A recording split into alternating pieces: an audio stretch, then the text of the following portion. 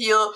You are the founder of Menger Consultant LLC, where That's you right. provide local, state, and national organization guidance on integrating inclusive excellence within their workspace.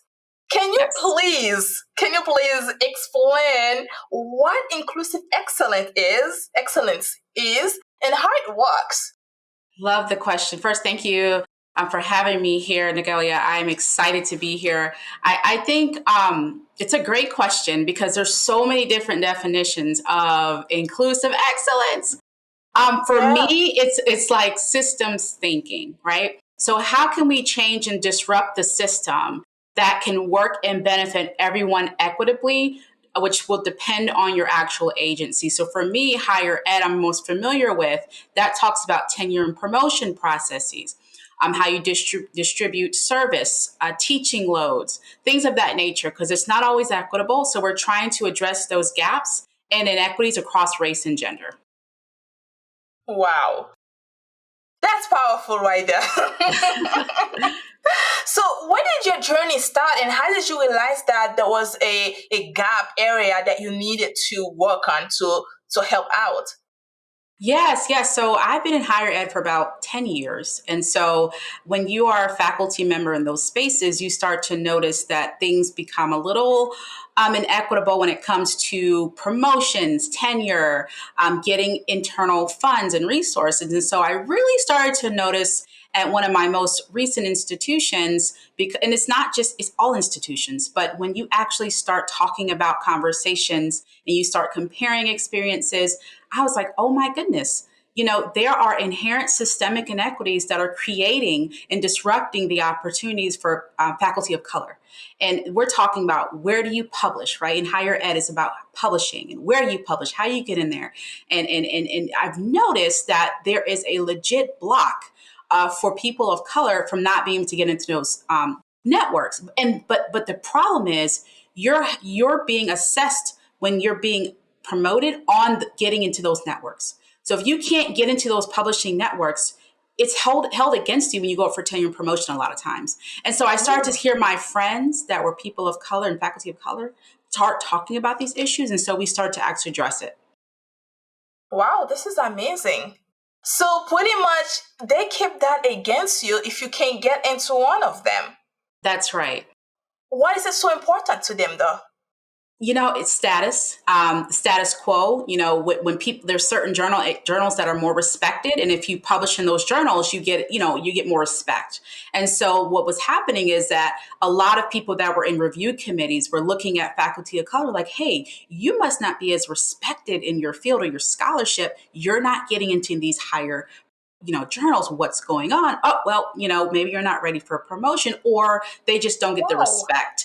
Yeah, just it can be two different extremes. Nicole Hannah-Jones is an example of a recent faculty member at UNC Chapel Hill, who is now at Howard, who literally did not get promoted based on a host of factors, but a lot of it had to do with just, I don't want to go into specifics, but it's all over the place. But it's just a lot to do with just I think race, gender, and her and who she was at the academy, and particularly her agenda that her research was focused on. That's probably what it was really focused on, to be honest. Wow, that is so unfair. That's how I see it. It's very unfair. You work your ass off. You and do? you show up at work every single day, especially as women. We have to leave our kids behind. We stay at the office late, and That's right. We're missing out of our own life to make your company better. But at the end, you say, "Hey, I'm not giving you this promotion because of that thing." Wow. That's right. It's a very white space. It's a lot of power and privilege in those spaces. And it's very uncomfortable when people of color who don't look like you, who are in power, are getting into those spaces. And so it's about protecting white space, to be quite frank. And we're trying to dismantle that. Absolutely. So now let's go a little bit backward. So what Sure. is exactly Menger Consultant LLC? What is it all about? Sure, I love the question. So, Mango Consulting, it's focused on a few things. For one, it could be assessment. So, if you're an organization that is just trying to see, hey, we want to make change, because when George Floyd happened, there's been a recent awakening of our country that racism exists. And so everyone's trying to figure that out with their organization. So we offer assessments, we offer consultations. So if you already have a diversity, equity, inclusion committee and you don't know what to do next, we come in and say, hey, this is what you might need. We do assessments, surveys, we figure out what you might need. We also do facilitation, right? If you want to facilitate, conversations that are difficult, we come in and lead on those spaces. The last of the three areas I would say is health coaching, which is a little bit of a different space, but a lot of people need health coaching to go through traumatic events that are happening in this country. Speaking engagements, and also lastly, the Implicit Bias Course. So I've launched that specifically for higher education spaces who need their tenure and promotion committees to go through training on implicit bias. So those are a few things that Menger Consultancy does. And our goal is strictly to help people who are committed to DEI figure out where they are in the process and how they can actually meet their goals. But also that you can come in and help the leadership team. That's right. That's exactly lead right. Better, diversity-wise.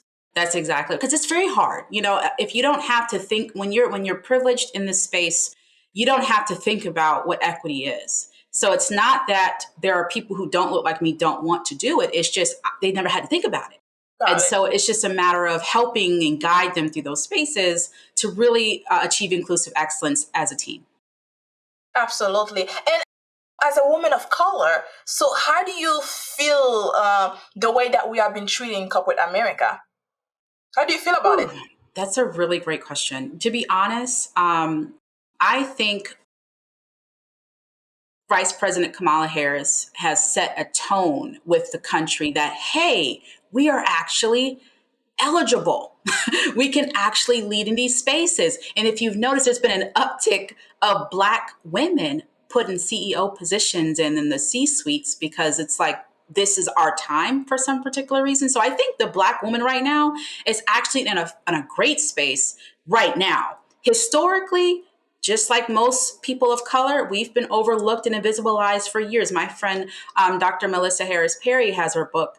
She talks about in Sister Citizen, the invisibilization of Black women, which is why we go into politics, right? And she goes into depths about that. But I just wanted to mention that because she specifically talks about invisibilization of Black women.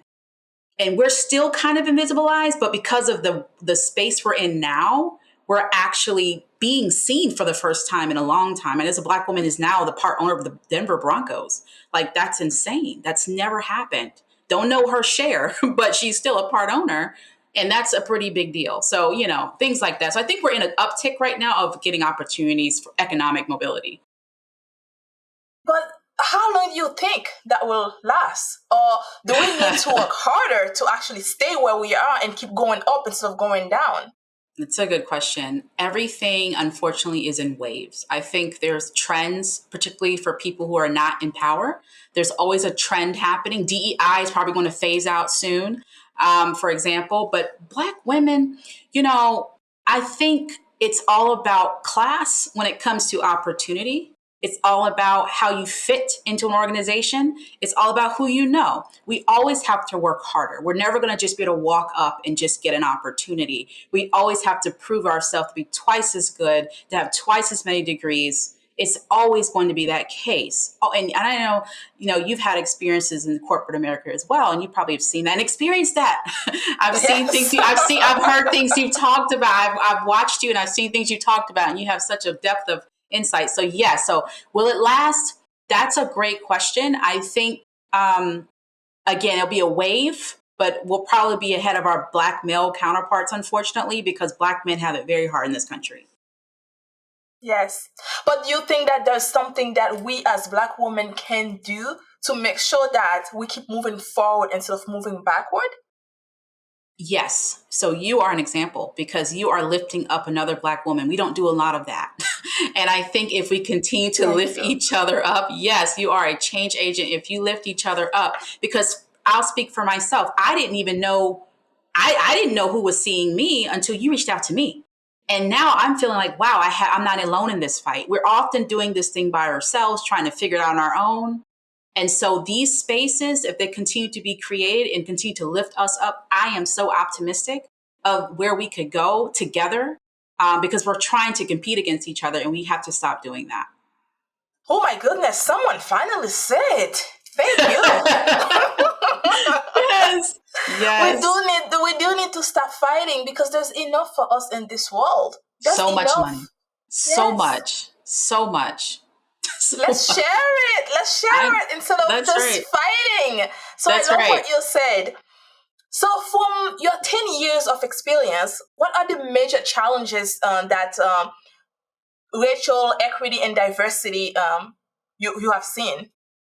Oh, that's a good question. I'll be honest. I think one of the biggest challenges is resource allocation.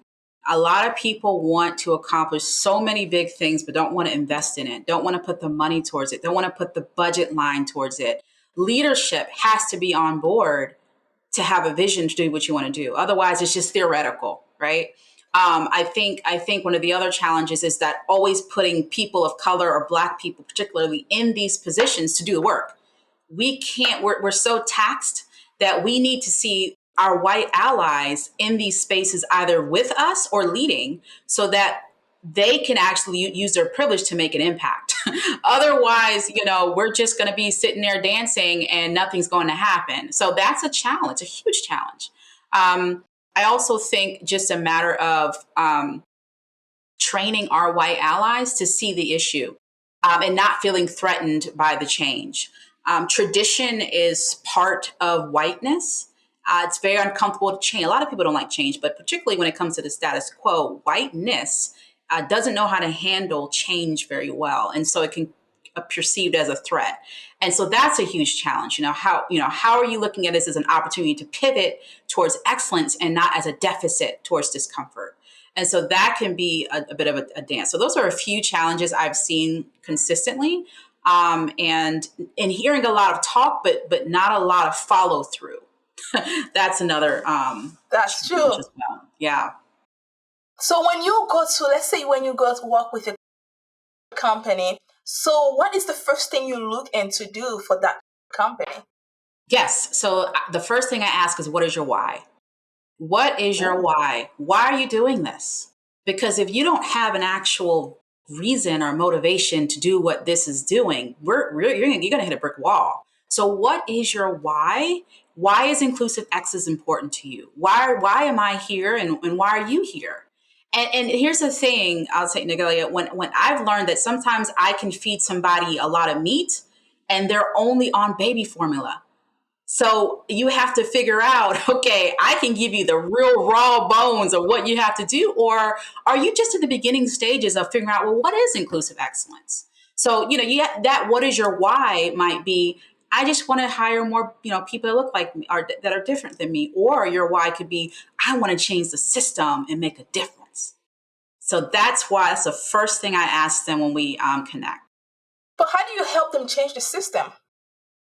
That's a really good question. So, system change comes with organizing within the system, within the organization. It comes through policy. It comes through advocacy in higher ranking positions, and you have to align folks who are in power to actually advocate for equity.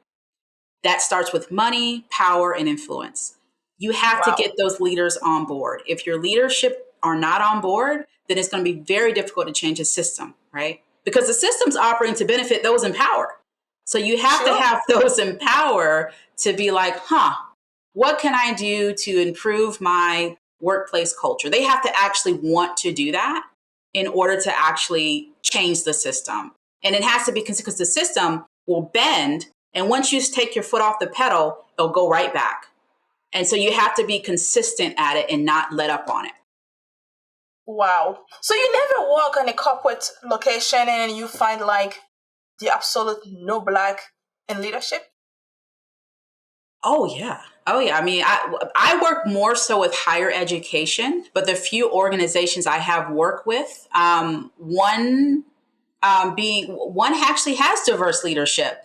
But the problem with diverse leadership, or you asked me if there was all just no diverse leadership. I see that all the Yeah, time. no, yeah. I would speak for myself. I'm the only Black faculty member hired in my department in 20 years. All right. So I'm in that microcosm of that question you're asking. And as you go higher and Wow. higher, yeah, you go higher and higher, it's going to get wider and wider. And if there is a person of color, they have no power. They're just there to be tokenized. And so those are the things we're trying to address in inclusive excellence, is actually giving those in power that look like me power, or I'm sorry, those in positions of leadership power, so that they can actually make an impact, right? But yes, you're always going to see a whole bunch of white leadership because that's comfortable and that's how white power is maintained. So when you go there, you find that everyone is, white. Do you ever give a suggestion that maybe it's time to actually bring some color into the table? Absolutely. I love that question. I think one way to do that is really diversifying your search committees, right? Because if you diversify your search committees, you'll diversify perspectives and opportunities. And the thing about inclusive excellence is sometimes people who are particularly white people don't realize that there's too many white people because they're so used to they're so used to it. Like they are so used to white people, like oh, And so when you just say, "Hey, have you considered this?" So yeah, I think absolutely. And inclusive excellence it can be beyond hiring people of color. Because you can hire all these people and not retain them because the structures and systems are not working for them to support them. So that's why I do systems thinking. While recruitment and retention is extremely important, you have to have a system that can actually support them once you get them there, right? And Yeah. that Dr. Kamara Phyllis Jones uses an allegory talking about she always talks about the gardener's tale. How there's different types of soils for different types of outcomes, and depending on what soil you're in, depends on your outcome, and that's exactly what systems thinking is. So pretty much, even if you wanted to tell them, hey, bring some colors here because we need to make this room look beautiful. But first, you have to make sure that they have everything they're gonna need to maintain that all these colors, so that Exactly. the colors will bright as much as they want to bright.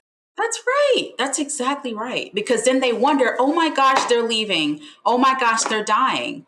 We offered them to come. Yeah, but you didn't water the soil. You didn't give them any resources. Very You didn't fast. give them nothing. You had them thriving on their own. And of course they're going to leave. And then the bad thing about that, Degalia, is that if they leave, the retention offers are awful. So it's so many layers to retention and recruitment comes with. But yeah, it's not enough to just hire us. You have to really be invested in making us want to be there because it's not new. You do it to your white colleagues, so you need to do it Yes, to all our colleagues. So it's just exactly. and a lot of it's implicit bias. So it's not intentional. Some of it is just implicit. There's a lot of bias, and when you see a woman of color speak in a boardroom or speak in a faculty meeting, you're questioning her credentials off the bat. Why? Who are you again? Oh, okay. You don't have a doctorate. Oh, why are you speaking? But a white colleague cannot have a doctorate and speak and have the same respect. So those are the implicit biases we're against in the system. So when we talk about, let's talk a bit about the pay. How does that? Do you think that Ooh. we got paid very much less than a white colleague? That's so funny. I would venture to say yes, because some institutions are private and some are not. It's hard to really verify that. But absolutely, yes. It's across the board. And it depends on who you are. But historically, women of color, and it depends on what sector you're talking about, are always underpaid compared to their white counterparts. Or what happens is you may come in at the same salary, which rarely happens. If you do, your white colleague may get an opportunity to be a director of something, which is supplemental income, right? And so it's like, okay, so there's always going to be some kind of gap. And again, it's hard to really definitively say that without seeing the data, particularly Yeah. in higher ed. But I do know that through anecdotal evidence that, yes, we are always inherently paid less than our white counterparts. But you know why? Because look at it this way: we go to school, we study, we're always studying. Actually, I don't know why they don't call us the smartest people on earth, because we're always studying for some reason. We always Yeah, think we need to better and better and better. Well, if we better ourselves, we'll get better. They'll look at us now. You know what? that's Let's right. get the doctorate degree. They'll look at us better now. We have a doctorate degree. But why do we get paid less when we have the credentials? Implicit bias. They've been media associates who we are as being inferior. Our environment creates this narrative that Black, and I was talking about Black women specifically, are just not as competent as our white counterparts. Some of it can be related to just, who are you to be qualified, and so it's all implicit bias. And a lot of it is just feeling threatened, I think. But yes, you're right. We're always up against fighting against trying to prove ourselves, having to be twice as good. Because when they see us, they've been associated to believe that Black people in general are inherently not smart or not as bright or not as qualified based on just all the social cues we're taking in their lives, talking about media, music, anything, right? So we're up against an entire system that's creating this narrative against us, and we're fighting that every day. Exactly, but I think one thing we need to do is invite them to go to actually a Black neighborhood and see how a 5 years old is using a computer better than a 50 years old white person. I literally, like, you can see them take it apart and put it back. One time I went to a neighborhood and I was sitting there with the little girl. She was doing. I'm like, what are you doing? She's literally put a computer in front of me. I'm like, how did you do that? Yeah, I didn't know how to do that. They are smart. So much hidden talent out there, so much. And this is why Ivy League schools need to start doing better in recruiting people of color who may not have the highest test scores based on systemic issues in testing, but are absolutely qualified and excel oftentimes past their white counterparts. I don't know. I think it's just the optics are what make people uncomfortable. Seeing too many Black people in leadership, it's like, oh, there must be something going on here. It's just seeing too many people of color suggests that something isn't operating correctly. And that's that implicit. But usually it is in the best level it's supposed to be, because when we show up, we get things done. That's right. We do. We do. I'm the same as you. I don't waste any time. And, and I think it's a lot to do with psychology. I think it's a lot of insecurity involved with that as well. But I think most cases, people just, when they grew up, they see all these visuals of what people who are successful look like. And we don't fit that mold because we're not ever on television in those roles. That's why the Cosby Show, and I have to bring it up, but other shows that are showing Black families that are actually successful was so important because it showed, hey, we can do that too. Right. And so, so I know that's a very controversial, but anyway. But Mike, I'm curious to know, why do you pick such a difficult fight? This is something. This is a mission impossible you're trying to accomplish. That's a really fair question, because I work in that system, and I really believe that, like you said, we work so hard to get in those spaces. And if someone doesn't speak up and be the change agent, it will just be. And there have been a lot of people in our history that have spoke up and led and have made monumental changes and monumental movements in our history. I will say the Greensboro Health Disparities Collaborative addressed systemic racism in healthcare by just speaking up. And now that we address systemic racism in healthcare, people are living longer and actually not dying based on an intervention. So I see it as an opportunity to save lives, even if, and it's a very hard fight. But because of where we are as a country, I feel confident that it can actually make an impact for people's future lives. We're talking about income opportunities, career opportunities, going up for promotion and coming in as a certain salary makes a difference in your next opportunity, right? So I just look at it as an opportunity to create more opportunities for people who are doing bigger things. Absolutely. So what is your goal to fight this too? Because you can't fight it alone. So what do you have in mind to have people like myself and others to join force with you to say enough is enough? We need to redefine our narrative. My background's public health, and there's a direct relationship between racism and health outcomes. And when you put Black people, particularly women of color, in these toxic spaces, it cuts our lifespan significantly. And so I'm committed to addressing racism as a public health crisis. And this is one way to do that in the specific system of higher education. So that's kind of where I came in with that. And I realized there are a lot of willing white allies that want to make a difference. They just don't really know where to start.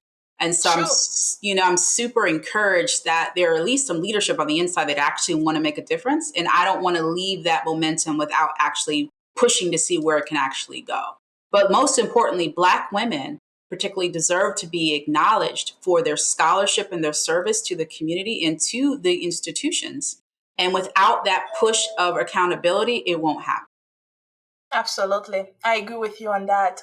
So, what do the numbers say about racial in United States, and what are the counter measures that we need to take to actually get those numbers to be lower?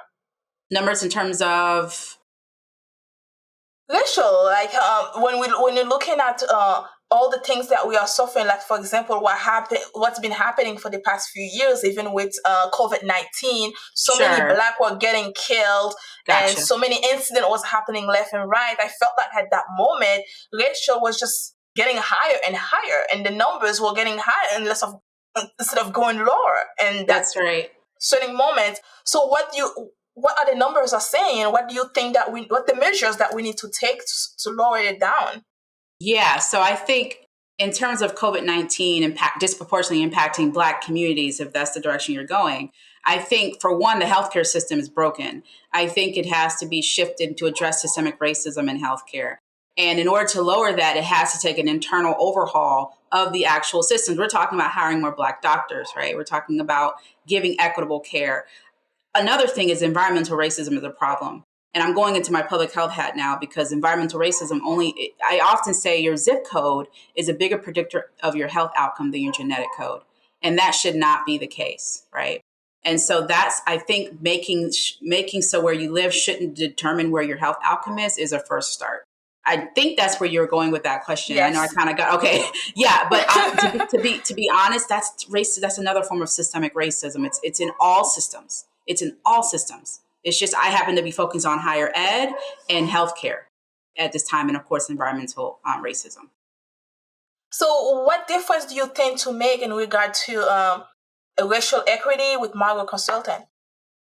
Yeah, part of Mango, I go out and speak on issues that address systemic racism in various capacities. And Mango is there to really have candid conversations that are very difficult.